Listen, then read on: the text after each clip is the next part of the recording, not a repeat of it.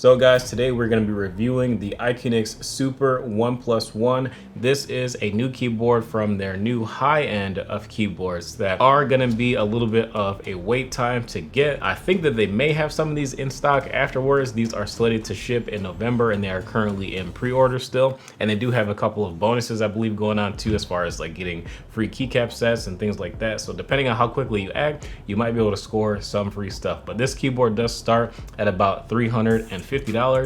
And truthfully guys, for a keyboard that starts at $350, more or less already pre-built, and you literally just pop in the switches and pop on your keycaps, and that is about it guys. This thing is pretty impressive.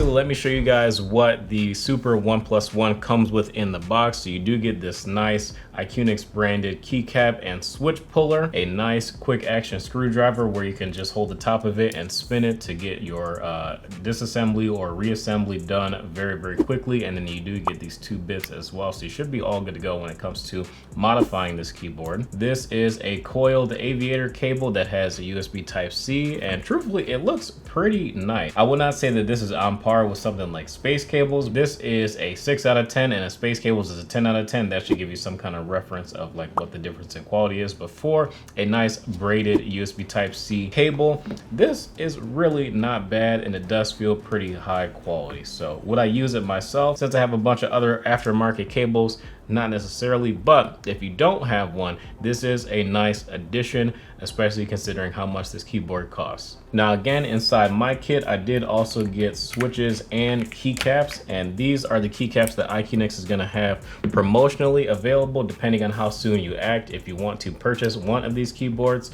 But guys, this is iQunix's Moonstone switch, and it is really high quality. It sounds absolutely fantastic. It is prelude from the factory as well, and it does also allow RGB to shine through this little light housing at the bottom, and it does have this nice little creamy looking substance color. And as you can see on the inside of the keyboard, it is all foamed out, and you do also have an FR4 plate as well. I didn't do a teardown of this keyboard because again, it was mostly pre-constructed for me, and guys, it was such a nice experience just to be able to pop the switches in, pop the keycaps on, and we were ready to roll. But as far as the actual construction of this keyboard, obviously you have the case that is available in a few different colors that I'll have on the screen right now for you to see. Personally, I do like this colorway, but it is pretty limited, and you would more or less probably have to go with these switches that they do have available for $59 after the pre-orders are going to be over. But I do like the white and the blue, and the cream is kind of a nice option if you have something that goes well with that. Maybe a 9009 keycap set from Drop, but you also get a foam kit available as well that gives you a switch pad, pour-on PCB foam, pour-on bottom case foam, and another set of bottom case foam as well. This PCB design is tri-mode compatible, meaning that it has wire functionality, 2.4 gigahertz functionality if you're going to be using it for gaming, and then also a Bluetooth radio as well that you can switch between up to 3 different devices. And you do also have 2 massive 2000 milliamp hour batteries, so a total of 4000 milliamp hour batteries. So if you do use Bluetooth capability, you will be able to get about 3000 hours out of the battery alone on a single charge, as long as you're using Bluetooth. If you're using the 2.4 gigahertz receiver, you're probably going to get about a week and some change, depending on if you have the RGB lights on or off, and obviously how much you are using it. Speaking of the RGB, let's go ahead and plug this bad boy in, because the RGB does look pretty nice. Do I think that it could be slightly brighter?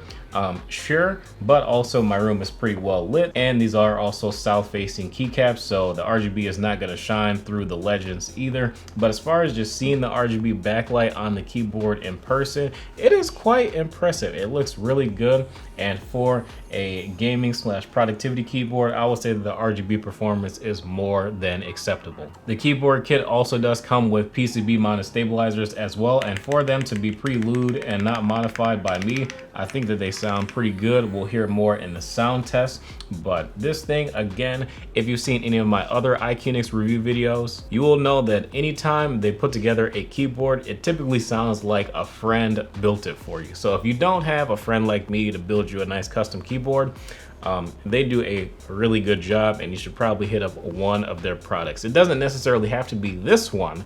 They have, you know, nicer, cheaper options available as well that are not $350 starting price. But if you do want a high-end keyboard, for example, like a Space 65 or Space 80, that, you know, those keyboards are around like $400 to $600. This is a really nice option that's gonna cost you half the build time. Actually, probably, I'll take that back, a fourth of the build time to put together, and it's gonna sound fantastic and look fantastic. And when your friends come over, like, wow, your keyboard looks kind of cool, you'll know that you made the right decision. But this is an aluminum case with either an anodized or e-coating finish. The PCB is gasket mounted as well, so you are gonna have a nice soft typing experience. It's not gonna be the most bouncy, but it is a nice feeling and sounding experience as well. And you are going to be looking at some deep thocks with a little bit of clack in there, I'll say, from the Moonstone switches that iQunix gives you. Inside the kit, normally you will get an FR4 plate, but you do also have optional aluminum and palm plates if you want a different sound. If you would like a different layout, you can get a W key layout, which is the Windows key, or you can also get a W keyless layout, which would be Windows keyless,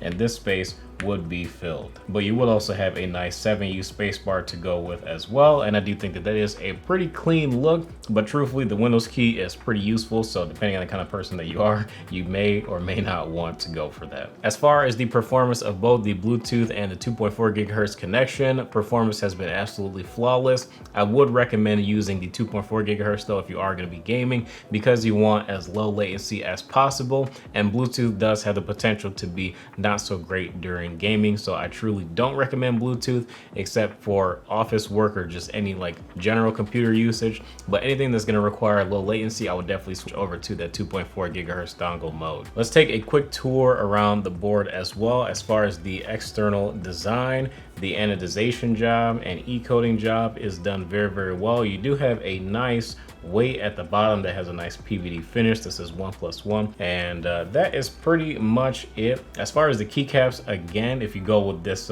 white, blue, red, and gray theme, you'll probably just want to pick up the keycaps that iQunix has for you. Luckily, these keycaps are absolutely fantastic and they sound great as well. But if you're going to go with your own keycap set, I would probably pick a more neutral color like the white cream or the blue. Value wise, this is a little pricey, but this keyboard feels and sounds worth every bit of that price, and it definitely punches above its weight class. I would highly recommend getting this if you are looking for, again, a pretty easy to build custom keyboard with most of the work done for you, as far as the stabilizers already being pre-lubed pretty well, and the switches being lubed, and having a nice keycap set option available from iQunix. But I will have this thing linked in the description below. Thank you guys for watching, and here is a quick sound test of the 1+1 Super.